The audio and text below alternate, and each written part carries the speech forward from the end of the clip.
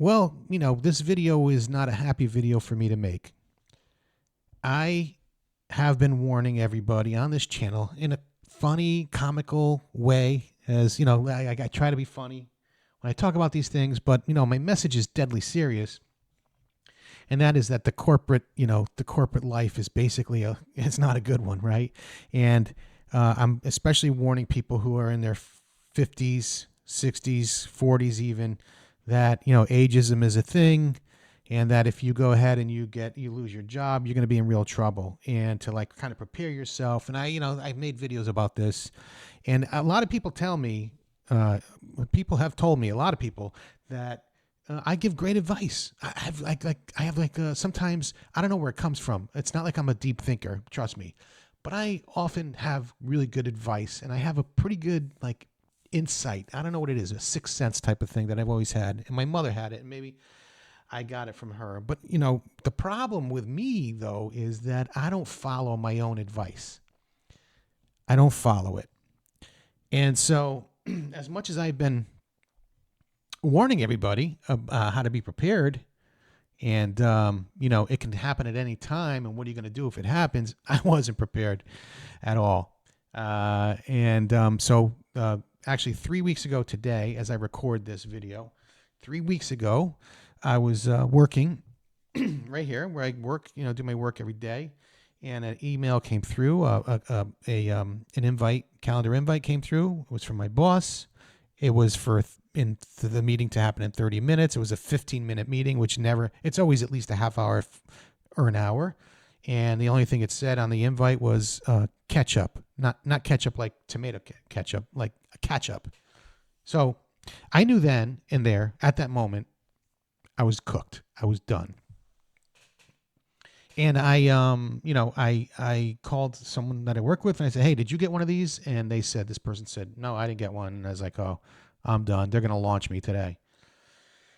And, I should have spent that 30 minutes preparing for that call, but I didn't, because I was a little bit freaked out as much as I knew. And I tell my wife this all the time. I'm like, "Hey, do not be surprised if you come home from work one day and I tell you that I lost my job, because that's just the world I live in, right? I'm in the media world, media, digital media, excuse me. So it's always, and there's always consolidation and people getting fired. And, it's like sales are never enough for people. Like they're always dissatisfied with the amount of sales coming through, and they always need a fall guy. And so they always fire whoever's in charge and replace him with somebody else, with this hope or dream of, this new person changing things. They never do, because the problems, as I said in another video, are always from the top, right? So they're always looking to lay blame on everybody else, but they don't look in the mirror. And so I told my wife this. I said many times, don't be surprised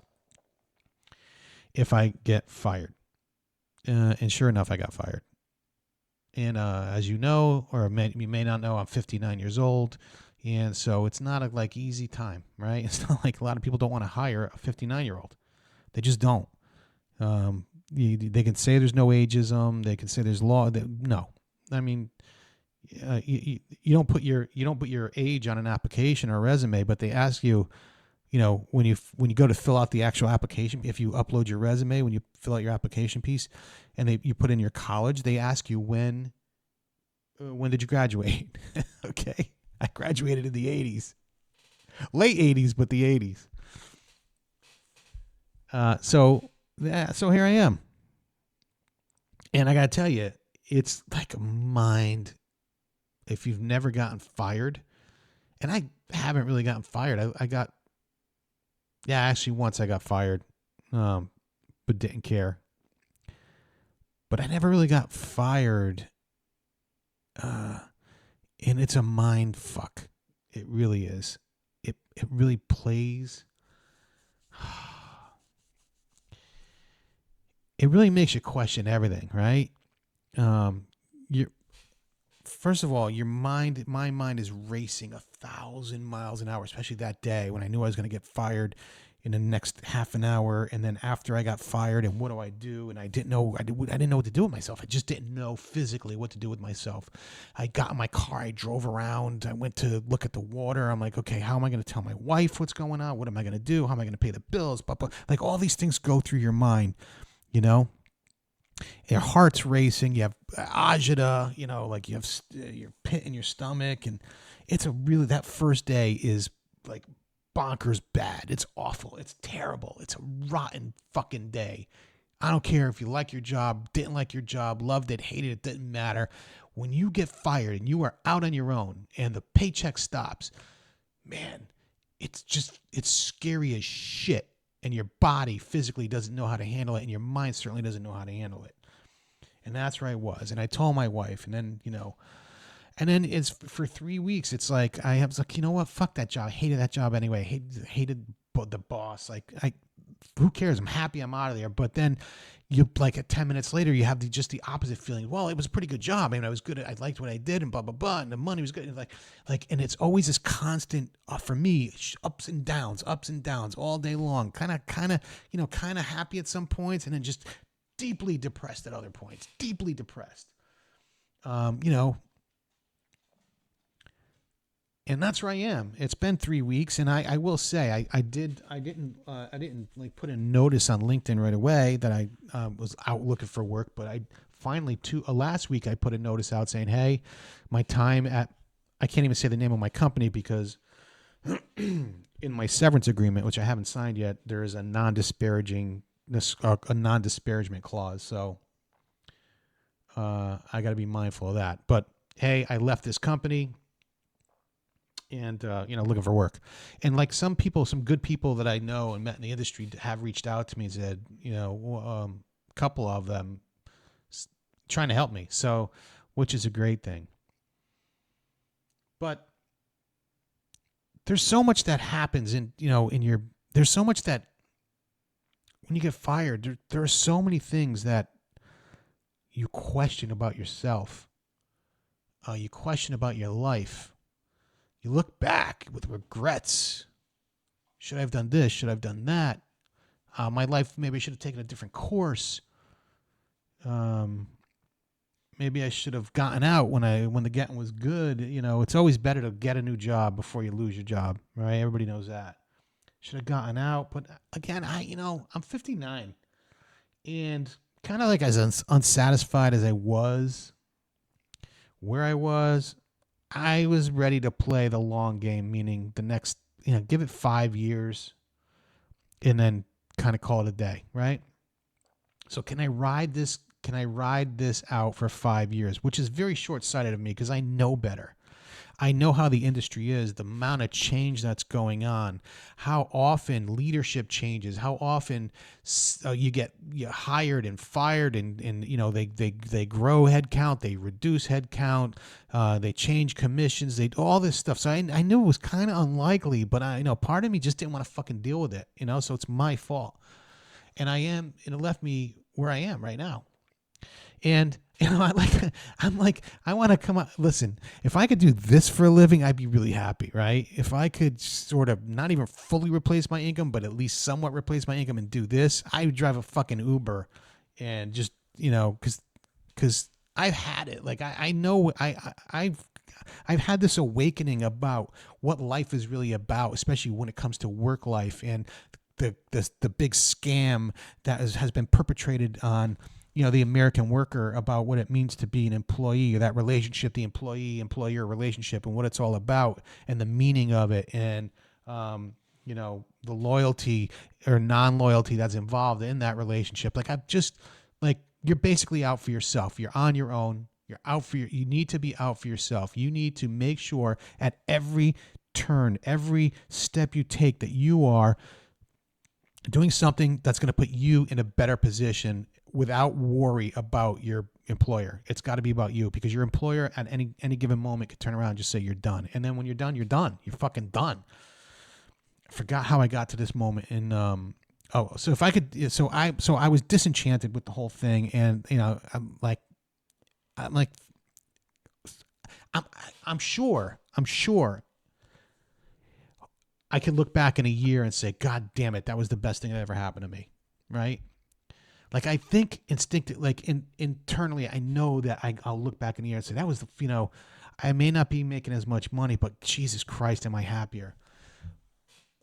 I know in a year I'll be looking back and thinking that, but right now I can't. I just can't. Like my intellect doesn't allow me to have those sentiments.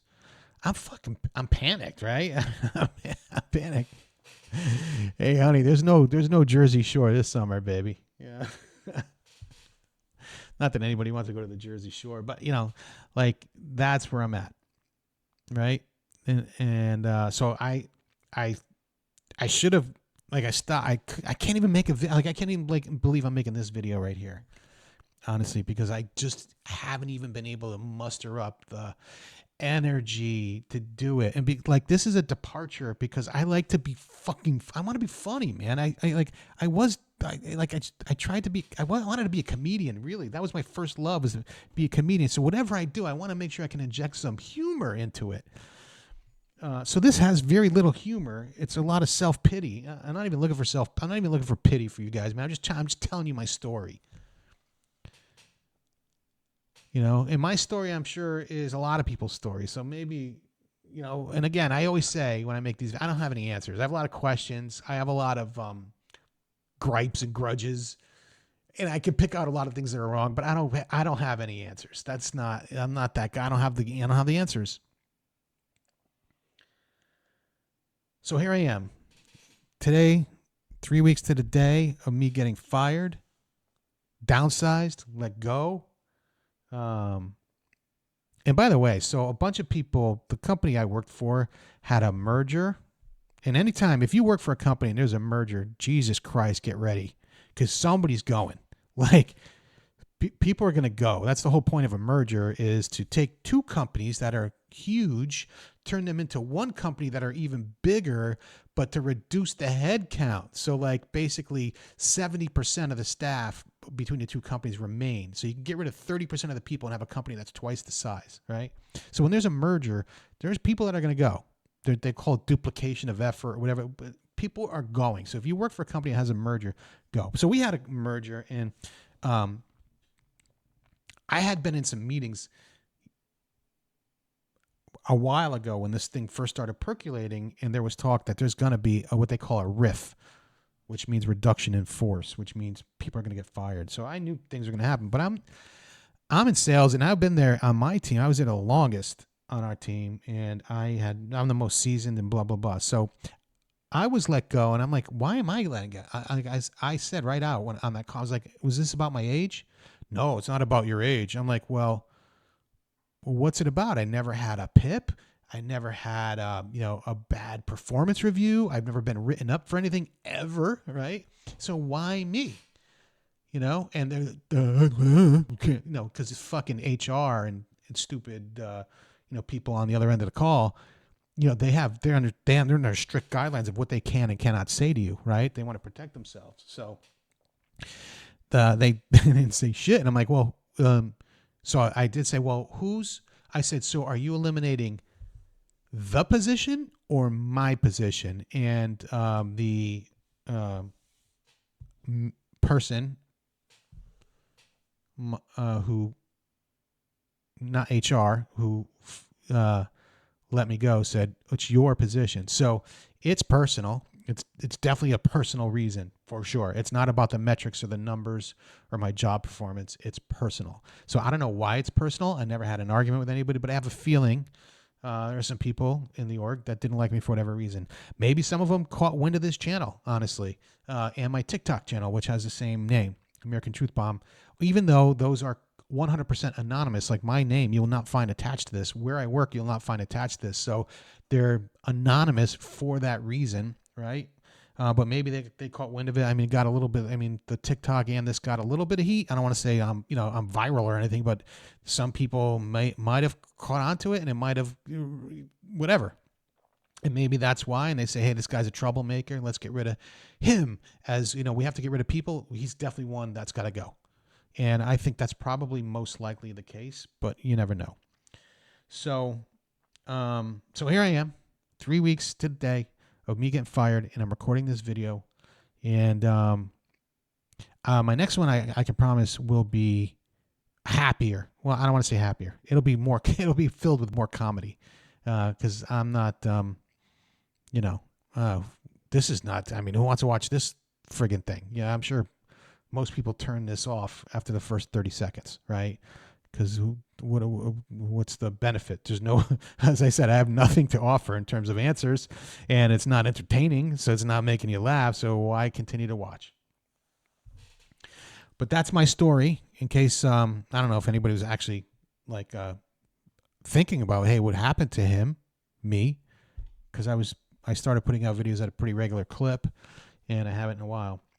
But that's where I am right now, and I haven't even put a TikTok out or anything like that. And maybe I'll do that. I don't know. It's like I get very easily depressed. Like that's one of the downsides that I have is like I can easily get depressed to a point where like I just can't do anything. I just can't get off the couch, you know. By the way, being so everybody's at either work or school or whatever, right? And it's just me in the house and the dog. And it's like when you don't have anything to do, like I want to retire.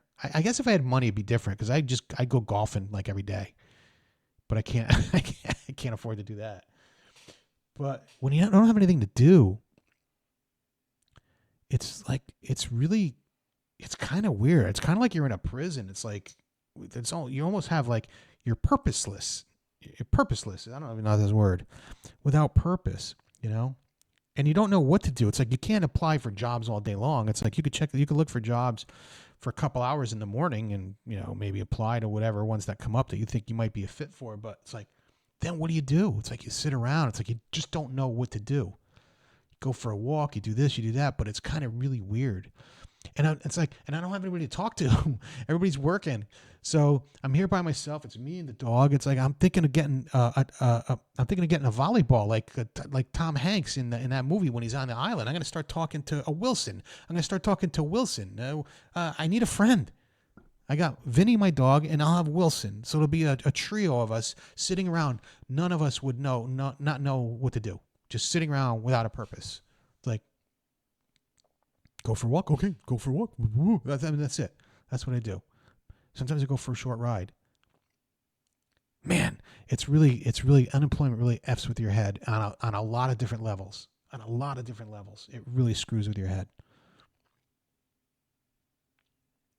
But anyway, that's where I am right now. That's my story. I will be back maybe next week with a new video. I'll some green screen, some stories to tell, my take on different situations. I don't know. I don't even know what I'm doing. But I know I needed to be truthful. I have to be truthful. This is American Truth Bomb. I want to be truthful with everybody. And, here I am. So I'm still standing. I'm still standing. Right now, I'm still standing. Come and see me in a month. Maybe I will. Maybe I won't be. But as I said earlier, I do believe that if I look back in a year, it'll be like, oh, shit, this is probably the best thing that ever happened to me. But we'll see. All right. If you like this video, yeah, I'm not even going to tell you to subscribe. If you wanted to subscribe, you would have done it already. So thanks a lot. Look for me on the next one. I'll talk to you later. Adios, amigos. All right, I'm going to turn off the recording now. Done.